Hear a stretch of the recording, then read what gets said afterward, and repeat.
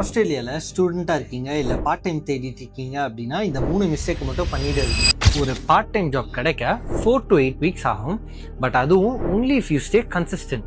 ஒரு வாரம் அப்ளை பண்ணிவிட்டு கிடைக்கலன்னு ஒரு மாதம் பிரேக் எடுத்துட்டு திருப்பி மறுபடியும் முதல்லேருந்து ஆரம்பித்தா அது ஒர்க் அவுட் ஆகாது. இன்னும் டைம் அதிகமாக தான். அதோட ஜஸ்ட் அப்ளை பண்ணிவிட்டு விடாதீங்க, ஃபாலோ அப் பண்ணுங்கள். சிம்பிளாக ஒரு மெசேஜோ காலோ இல்லை இமெயில் எவ்ரி 2 டேஸ்க்கு ஒன்ஸ் ரீச் அவுட் பண்ணுங்கள். ஆஸ்திரேலியாவில் பேஸ் பே வந்து $24.95.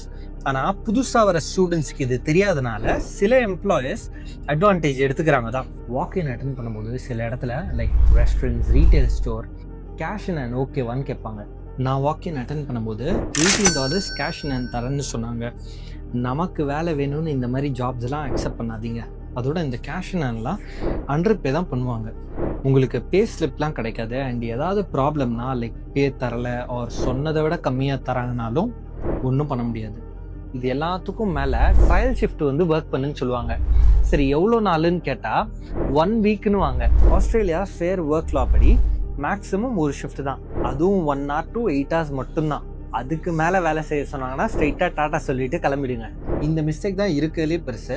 ஸ்டூடெண்ட் விசாவில் இருக்கும் போது ஸ்டடி பீரியடில் ஃபோர்ட்நைட்டுக்கு 48 hours தான் ஒர்க் பண்ணலாம். ஆனால் இதுவே யூனிவர்சிட்டி செமஸ்டர் பிரேக்கப்போ அன்லிமிட்டட் ஹவர்ஸ் ஒர்க் பண்ணலாம்.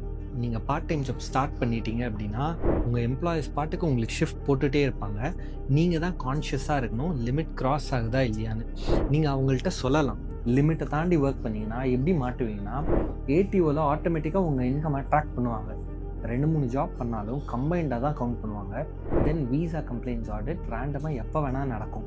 மாட்டினா வீசாவை கேன்சல் பண்ணி வீட்டுக்கு அனுப்பிச்சிடுவாங்க. ஜோக் இல்லை, ஸோ சீரியஸாக இருங்க. பார்ட் டைம் தேடிட்டு இல்லை வேலை பண்ணிகிட்டு இருக்க உங்கள் ஃப்ரெண்ட்ஸுக்கு இந்த வீடியோ ஷேர் பண்ணுங்கள். See you in the next one.